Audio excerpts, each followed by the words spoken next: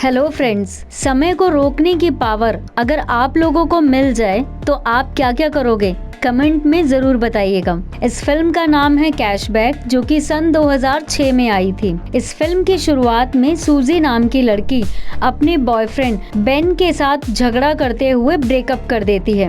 Ben, जो कि इस फिल्म का मेन कैरेक्टर है, इस बात का बेन को बहुत दुख होता है। बेन बिल्कुल बर्दाश्त नहीं करता कि जो लड़की कल तक मेरे साथ थी वो आज किसी और को किस कर रही है, जिसे देखकर बेन की रातों की नींद और दिन का चैन दोनों ही चला जाता है। कुछ समय के बाद बेन एक बार फिर कोशिश करता है सूजी को मनाने की, बट सूजी फिर बुरा भला बोलकर फोन कट कर देती है। इस बारे में बेन अपने बेस्ट फ्रेंड स्टीव को बताता है, तो स्टीव एक ही बात कहता है कि तुम्हें सूजी से बेहतर लड़की मिलेगी, तुम उसे भूलने की कोशिश करो। तो यहाँ बेन पूरी कोशिश करता है सूजी को भूलने की। यहाँ बेन एक स्केच बनाने वाला आर्टिस्ट होता है, लेकिन ब्रेकअप के बाद स्केच पर ध्यान लगाना भी बहुत मुश्किल हो रहा होता है। तो वह एक सुपरमार्केट में जाता है कुछ सामान खरीदने के लिए। तभी उसकी नजर एक नोट पर पड़ती है, जिस पर लिखा होता है यहाँ नाइट जॉब के लिए एक वर्कर की रिक्वायरमेंट है।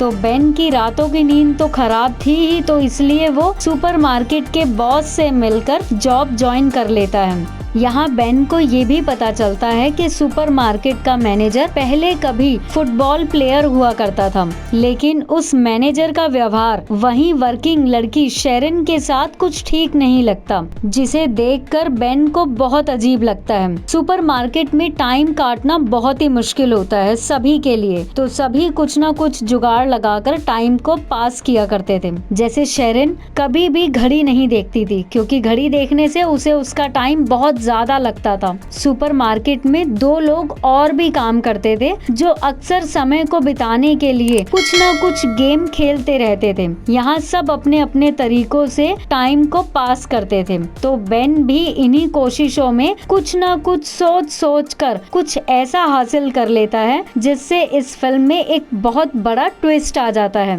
बेन यहाँ टाइम को रोक देता है और सब कुछ रुक जाने के बाद बेन सुपरमार्केट में आई हुई लड़कियों की न्यूड तस्वीरें बनाता है और इस तरह बेन का टाइम आसानी से बीत जाता है।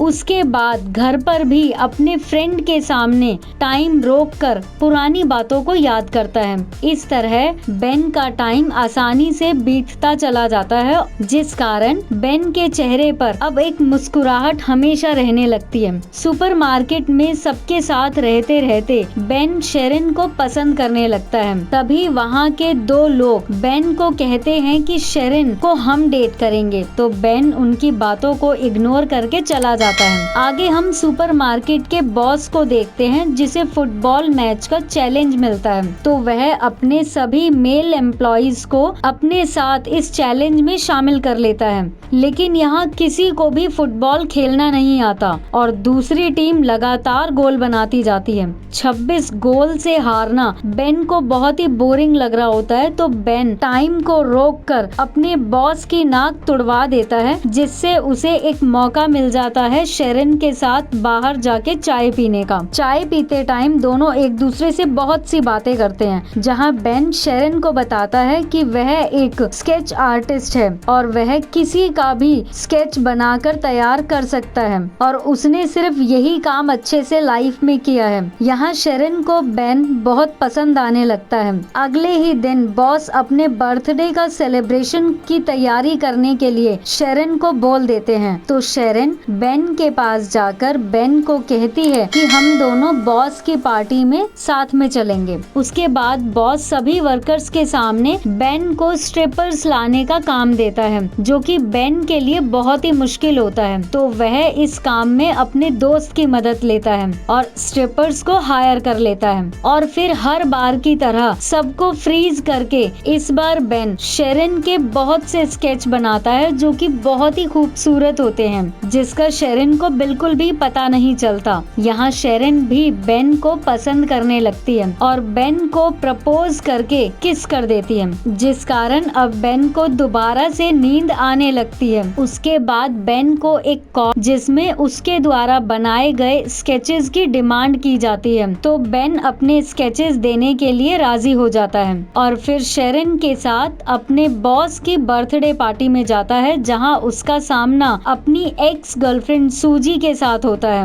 सूजी शेरन के साथ बेन को देखकर बहुत जलती है, तो सूजी बेन से माफी मांगती है और दोबारा उसे अपनी लाइफ में आने को कहती है, पर बेन यहाँ पर मना कर देता है। तो सूजी चालाकी से शेरन को दिखाने के लिए बेन को जबरदस्ती किस कर देती है, पर बेन सूजी को अपने से दूर कर देता है। पर तब तक शेरन वहाँ से गुस्से में जाने लगती है, जिसे देखकर बेन फिर से समय को रोक देता है और जी भर के शेरन को देखता है, क्योंकि उसे पता है कि वो नाराज हो गई है और अब वो जल्दी से नहीं मानेगी। यहाँ बेन शेरन को बहुत समझाता है, माफी भी मांगता है, पर शेरन उसे धोखेबाज कह के बहुत बुरा भला सुना देती है और बंद कर देती है। यहाँ बेन फिर से उसी मोड़ पर आ जाता है, उसकी रातों की नींद और दिन का चैन चला जाता है। पर बेन इस बार हिम्मत से काम लेकर अपने बनाए हुए स्केचेस को कंपनी को दिखाता है, तो उन्हें बेन के स्केचेस बहुत ही पसंद आते हैं। कंपनी कुछ स्केचेस को एग्जीबिशन में लगाने के लिए पूछती है, तो बेन राजी हो जाता है।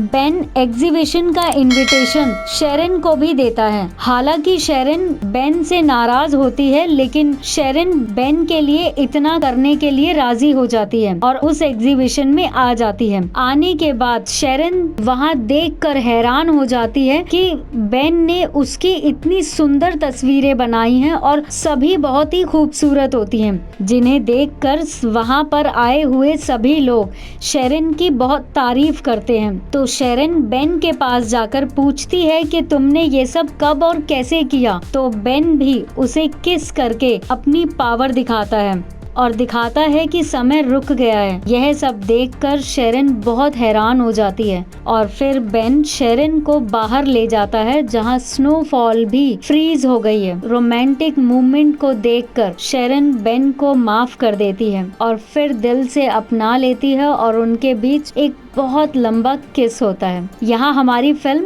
हैप्पी एंडिंग के साथ खत्म होती है। तो कैसी लगी आपको ये हमारी फिल्म? अगर आपको पसंद आए तो लाइक, शेयर एंड सब्सक्राइब करना नहीं भूलिएगा। धन्यवाद।